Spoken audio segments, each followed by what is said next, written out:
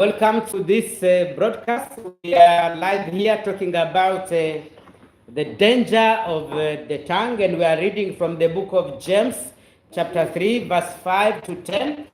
And tumekuwa tukiongea kuhusu ulimi, jinsi ulimi ulivyo hatari na madhara yake yalivyo matata zaidi. Na tumezungumzia kwamba kuna watu ambao wanatumia ulimi sana. Tumetaja grupe 1, 2, 3, 4. We've talked about 4 groups of people who use so much their tongue.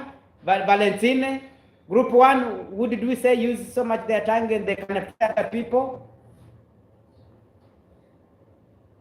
We talked of parents, and we talked of teachers, preachers, and the media. When we talk about media, we are talking about radio, TV, Facebook, YouTube, all these social media, right? Now, but there are 4: teachers, parents, teachers, preachers, and the media. Maybe there are more, but we are concentrating on these 4. And we are giving examples. I remember there was a man, kulikuwa jamaa mwingine katika kijiji chetu. Kuna msichana fulani alikuwa na kiburi sana. Kiburi sana. Chekanavu alikuwa anaitwa. Na yule msichana alikuwa mweupe. Na alikuwa hakubali kuongea kufuatafuata na wanaume, tuseme vile. Sasa kijana mmoja akasikia, akasema, kaenda kumdanganya yule binti, akamwambia, mimi nitajeuza, tabadilisha maisha yako mpaka utakujua watakusahau. Msichana akasema, what? Huyo ndio mwanaume mwenye nataka, mwenye atageuza maisha yangu, kwamba wenye walinijua wafanye nini? Wanisahau. Kampenda, wakaoana. Lakini true to his word, yule jamaa baada ya kumwoa yule msichana alimtesa kweli. Alichoma kwanza manguo zake zote, kaanza kumnyima chakula. Mtoto mwanamke kidogo agonjwa bwaki. Yaani akaanza kukaa kama kidudu, you know. And he did that intentionally. According to him, he wanted to punish her. That is the power of the tongue. And that lady almost died in the hands of that crooked man, you know. Tongue, ulimi, ni kitu ya hatari. I gave an example of Rwanda, how the tongue was misused to manipulate human being. And today, let's talk about the tongue. How is it being used to manipulate us? For example, there are people who are called white evangelical, kwa mambo ya kanisa. Wako na theology yenye walidevelop, ndio wenye wanatengeneza hizi mamovie za Yesu mzungu, malaika wazungu. Wametengeneza hizo mamovie juzi. Hizo mamovie wametengeneza juzi tu Hollywood, in the US. Black people are there, Chinese are there, Indian are there. All the races of this world are there in America. But intentionally they made it ile movie yao walitengeneza ya Yesu. Walitengeneza kwamba characters zote ndani ya hiyo movie wanatoka race moja. Haikuwa mistake, ni communication. Hawa watu ndio wana develop theology ya kwamba kila malaika na Yesu na Mungu na viumbe vyote vya mbinguni ni weupe. Mashetani wote ni weusi, mapepo ni weusi, and everything black, negative. Wametumia mpaka education system. Ungia hata kwa dictionary, uandike tu kitu noir au black, utapata negative. Uandike white, utapata iko positive. Na hii ni vitu ambazo watu wamezifanya kimakusudi ili watu fulani wafikirie wako positive. There is this video I was watching, I think I posted it on my TikTok, of this man talking how this race, the issue of white, black, and sijui yellow and red was created. Miaka 300-400 iliyopita hapakuwa kitu kinaitwa mzungu nini. They were just human beings. Kulikuwa tu binadamu wenye wanatofautiana. Ni kama vile tunaweza kuwa sisi wote wa Kongomani, lakini tuko na makabila. Na hata issue ya makabila pia ni watu walileta. Ni wanadamu, tunaweza kuwa tunaongea lugha tofauti, lakini tuko binadamu sote. To be honest, kama sifungui mdomo yangu na wewe, nani atajua kama hatutoki fasi moja? Au atusikilizani? Hakuna. Mtu ananiangusha Kenya leo, au niangushe Malawi, au niangushe Mozambique, au niangushe Burkina Faso, kama sifungui mdomo yangu, kuna mtu atajua kama mimi si Burkina Faso? Nobody will know. Kama ukichukua mdeni shapo uende umwangushe Norway au Sweden, kuna mtu atajua kama si Swedish? Hakuna, because we are just human being. Lakini kuna watu ambao wametumia ulimi wao kwa lengo ya kuharibu. Wanasema ulimi ni kama moto. Kazi ya moto ni gani? Kazi ya moto ni kuchoma. Moto nayo ni kama ulimi. Moto una kazi mbili. Tunatumia moto kwa kupika chakula, tunatumia moto kwa kuota ndani ya nyumba, kwa kuburn our houses. We use the fire has two components, right? But it can also be dangerous. Fire unaweza kaweka hapa hii nyumba ambao tuko ndani, baada ya dakika 2 hatuna nyumba hapa, kwa sababu fire imefanya nini? Imeconsume hii nyumba. Now, kama hii nyumba imekuwa consumed, if this house has been burnt with fire and somebody continues bringing more fire in this house, analeta petroli, analeta nini kwenye nyumba yenyewe, baada ya miaka kadhaa utatembea hapa hautajua kama kulikuwaga nyumba. And this is what I'm talking about, that there are people who intentionally have programs, whether in school or in churches or in any places, kwenye wanazania kwamba wanaweza wakasaidia watu. They are created some kind of teachings, some kind of beliefs, some kind of ideologies ambazo watu wanafundishwa na mumekomana hizo ideologies. Sasa na vile mtoto anaweza kuzaliwa ndani ya familia, anajua kwamba baba lazima apige mama, anajua kwamba mama lazima abuse bwanake, anajua kwamba mtoto lazima aitwe majina kwa familia. This child is not a normal child, but to change that child is impossible, because they were brought up in a given environment, kwamba kuibadilisha environment inakuwa ni nini? Inakuwa ni ngumu sana. And if you are brought in a given church or a given religion, a given mosque or any other thing, I saw a guy who was talking about Africans and how we have embraced this foreign religion, and he said, kama kwa bahati mbaya ingelikuwa kwamba wa Chinese ndio walikuja kututawala zamani na wakatuletea zile madini zao za Buddhist, kama Afrika wote wanakuwa kama Buddhist na tunatetea Buddha kwa nguvu na kwa hasira sana. Si ni kweli?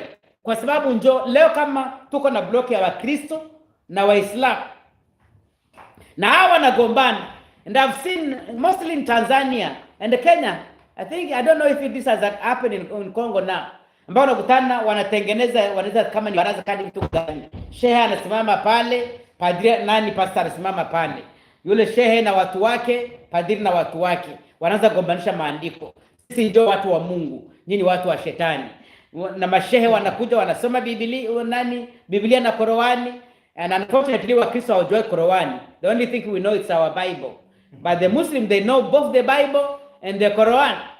And I found this strange, because both Christianity kwa njia ambayo tuko nao saa hizi si ya kwetu, ile Christianity, ile white supremacist kind of Christianity ambayo tuna claim is not a Christianity ambayo Yesu ni wazungu, malaika ni wazungu, nyota zote ni wazungu, and everything negative ni black. How do you want a child to believe in themselves if the devil looks like them? How? There is an experiment that was done in America. I think I showed this you that experiment in Nicobim. Wanaleta watoto wadogo, wanawaletea madol, wanawaletea mapopi, si ndio? Wanaletea popi za mzungu, za toto za weupe, na doli za watu za black ambao wanawafanana. Wanawauliza, gani, which of these two dolls is beautiful? And of course many of the children who happen to be black children were choosing the white doll, because they have been made to believe, whether through the church, whether through the school, whether through the media, to believe that everything that is beautiful must be white and everything that is ugly must be black.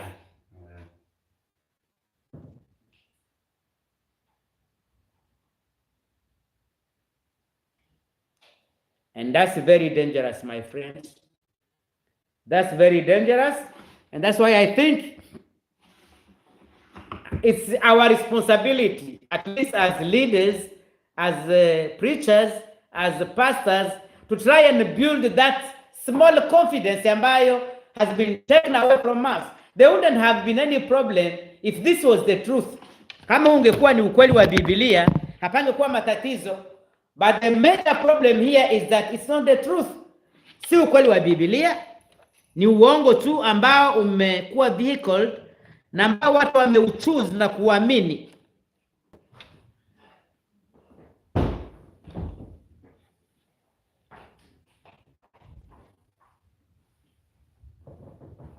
I think I will finish by that today. I don't want to continue more than I have already done and leave you to ask some questions. But as I say, those of us, the Bible is owning us, those of us who use our tongue to educate other people, who use our tongue to influence the lives of our people, other people, starting from the parents, the siblings, going to the school teachers, the preachers in religious institutions, and those who are in the media. Whatever we say or do can be dangerous. Leo kuna watu ambao wametengeneza uongo za aina fulani, na hizo uongo zao watoto lazima wafikirie kama wao. Si ndio? Yeah. Na watu wote, Yesu alikuwa anaongea, nafikiri nilikuwa na discuss na ndugu yangu Emmanuel jana usiku. Ukisikia discussion ya Yesu katika kitabu cha Yohana sura 8, anaongea na hawa watu ambao wanajiita Wayahudi. Watoto wanajiita watoto wa Abrahamu. Yesu anawaambia, mko watoto wa Abrahamu. Mngekuwa watoto wa Abrahamu mngenisikia mimi. Lakini ninyi mnafanya tabia ya baba yenu Ibilisi. Kwa sababu alikuwa muuaji na muongo na baba ya uongo, na tabia zake ndio mwazifanya ninyi. Kwa hiyo watu kuripiti kitu sana miaka mingi, na narudia kusema kuandika hata vitu ndani ya vitabu haijalishi ile kitu kama ni uongo, kwa sababu nimeandika ndani ya kitabu haigeuzi kuwa ukweli. Is that true? Yes. And lies because the lies have been repeated so many times, it does not make it the truth. And that's why I'm saying, all of us, here we must use our tongue to confess wonderful, good things about ourselves and about other people. Do you understand what I'm saying? Kwa mfano watoto, ninyi watoto, young people, there is this notion that the Western media has put in your heads that because you are a teenager, then you become unpolite, yeah? You become unakosa heshima kwa wazazi.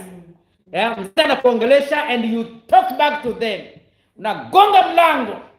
You know, you do things. These things are not, it's not like because you are a teenager you do that. No, it's the society which has made you to believe that way, which is not true. Somebody told you, you have to understand them, they are teenagers. No, we were teenagers as well. And when we did something like that, tulipigwa kama ngombe. You are beaten like hell, and you will not repeat it tomorrow. We are not saying that beating kids is good. And myself, I was never beaten by my father anyway, but I don't remember a single time I spoke back at my dad. I don't remember that time.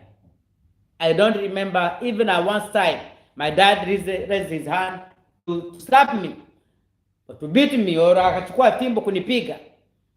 But there was a way he could speak to me. Ananiangalia. Just look at me like this and I know my dad is angry. You know? You don't understand even this language today, Valentine. Can I look at you and you understand that dad is angry? That does not approve what I'm saying. You don't.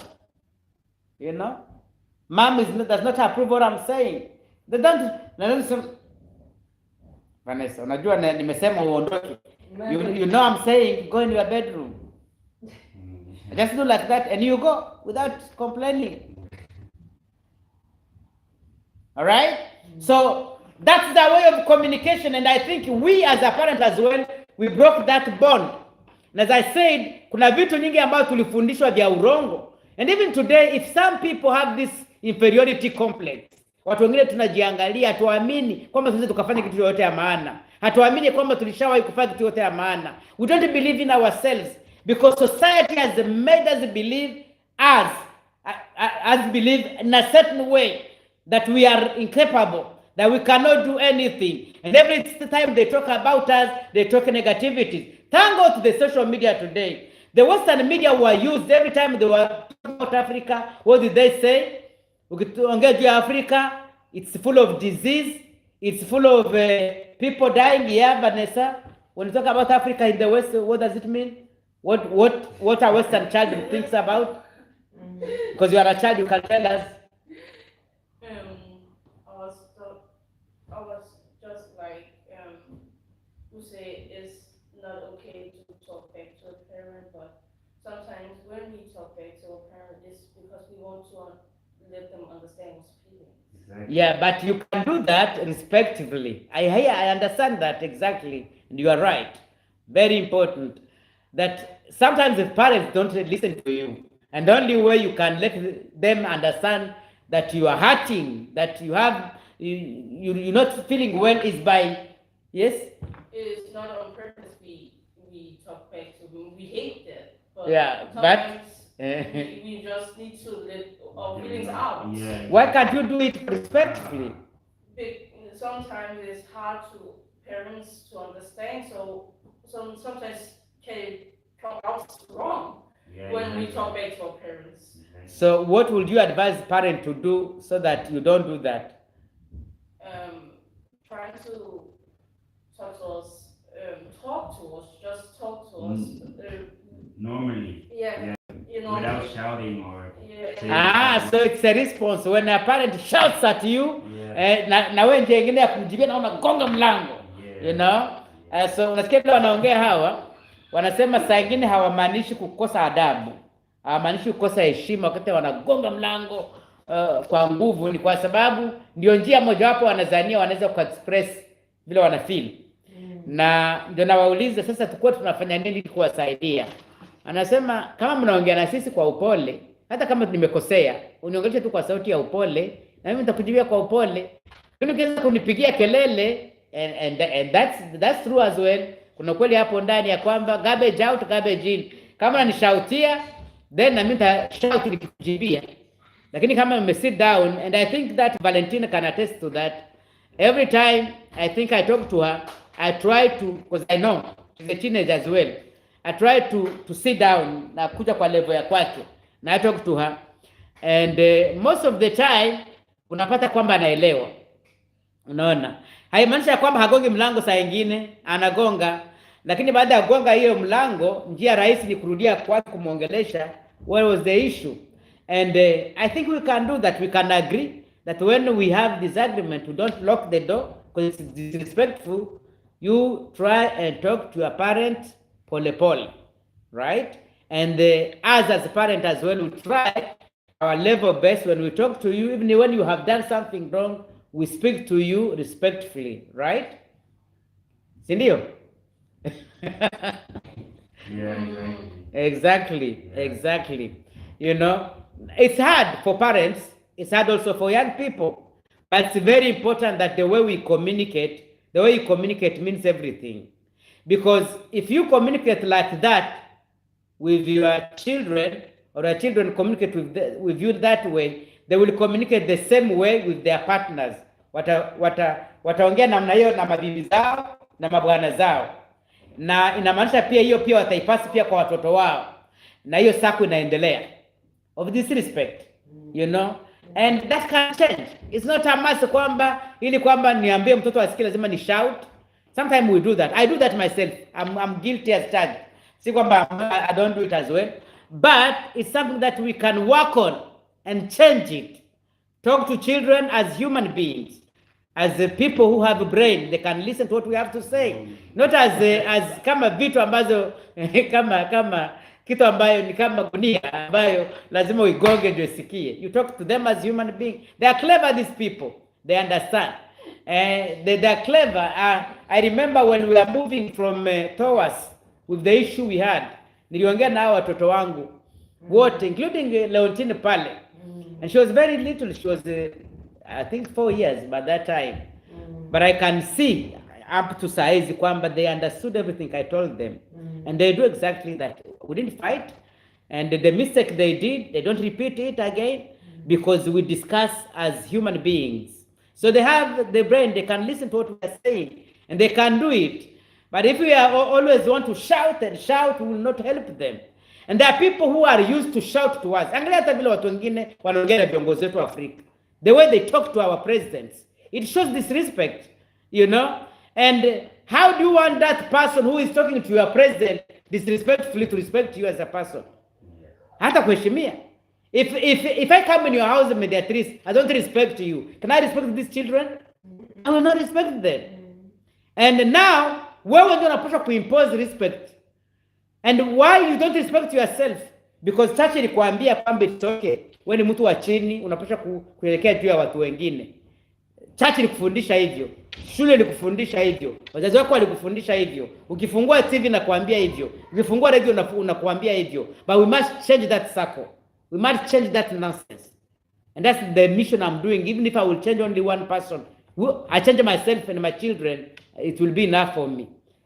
To consider themselves as human beings and to respect themselves and never allow anybody look down upon them because of who they are. Preach. Yes. Hello? Yeah. But the problem is that sisi wenyewe ambao tunataka kuachiliwa ndio tunapenda ile jela ambayo tuliingizwa ndani. Nilikuwa napewa mfano wa mbuzi imefungwa kwa muda mrefu. Mpaka wakati ambapo inafunguliwa haijui kama imefunguliwa. Naacha mlango wazi, naacha jela fulani, nakataa kutoka nje. Amen. Nakataa. Mlango kwa wazi pale. And this is literal. I remember there is a guy who was released, Kenya I think. This guy has been in jail for 20 years. Wanamwachilia narudia hajua aende wapi. Akamwambia Mkristo. Mimi nafanya sijui nianzie wapi sasa. And I saw another one who was mwenye alikuwa amefungwa miaka 30 in America. 30 years. Kwa kosa yenye hakufanya, wanamsingizia tu kiana mwenyewe kwamba alifanya kitu yenye hakufanya. After 30 years ndio walimwachilia. Akaenda kwa nani, kwa America Got Talent. Akaimba, akampatia ile golden buzzer. He's working all everywhere. It all depends of this. He said, well, even when he was in jail, alikuwa condemned for life. Lakini alikuwa na matumaini ya kwamba siku anatoka hapa. Na siku nitatoka, I will do something important. And he did, you know. Na kuna mwingine baada ya kuingia pale anakuwa cracked, anaisha kabisa kwa sababu alimwimbiaga hiyo nyimbo kwamba ako useless. Anakaa hata unafungua milango hivi, hauzi akatoka. I did another preaching about the eagle, eagle, yeah? Unakumbuka Fanya mafunzo juu ya eagle. Vile eagle ni mnyama wa hatari, yako na vision na anaruka sana. Lakini ukimfunga pamoja na kuku, eagle wengine hata wakati unamwachilia pale nje, maono yake kisha kwa saa kuku. Fikra zake zimekuwa kama za kuku. Walimwimbia kwamba yeye ni kuku, lakini anachohitaji tu ni training. Na leo najua kama tunajana maeagle hapa. Na hizo maeagle amuko makuku, hata kama shule liwaambia nyinyi makuku. Wazazi waliwaambia nyinyi ni makuku. Wahubiri wa makanisa wa msikiti na pastors kama mimi waliwaambia nyinyi ni makuku kwa sababu ya ngozi yenu, kwa sababu kwenye mlizaliwa. How can you explain to somebody kwamba my soul is full of minerals, is full of everything this world needs? Safirini Afrika ndio mjue kwamba we are blessed people. Travel in Africa. Angalia the weather. Weather peke yake, hakuna kitu kingine, weather. You'll say we are blessed people.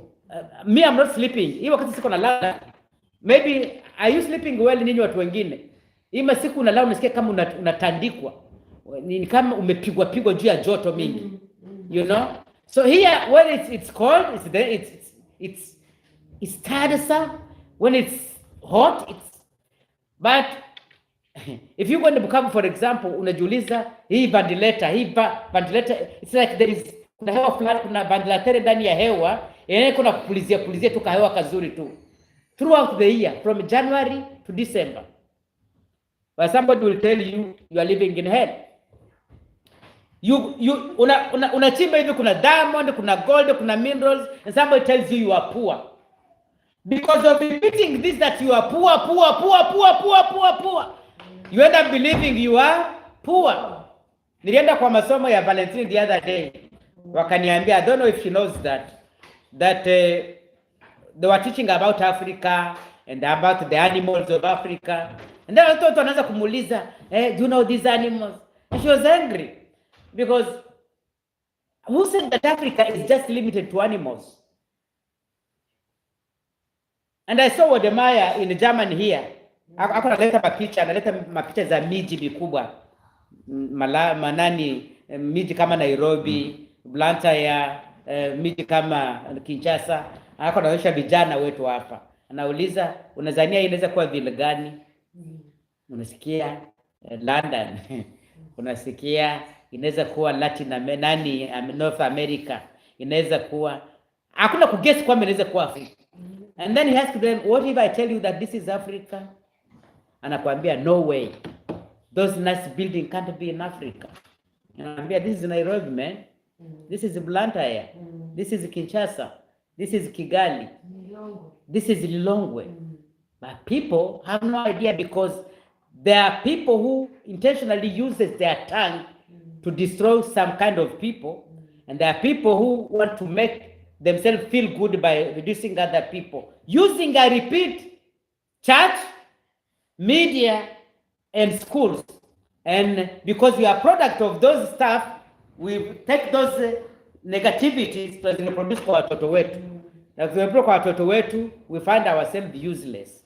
And it's my mission here, even though I'm on social media, there are many people listening to me, to say that we are responsible for who we want to be and refuse to be lied to. And I finish by saying, may God bless you. If there is a question you can ask. Nimemaliza ya kwangu, mtoto wa mzee. Amen. Amen. Amen. Yeah.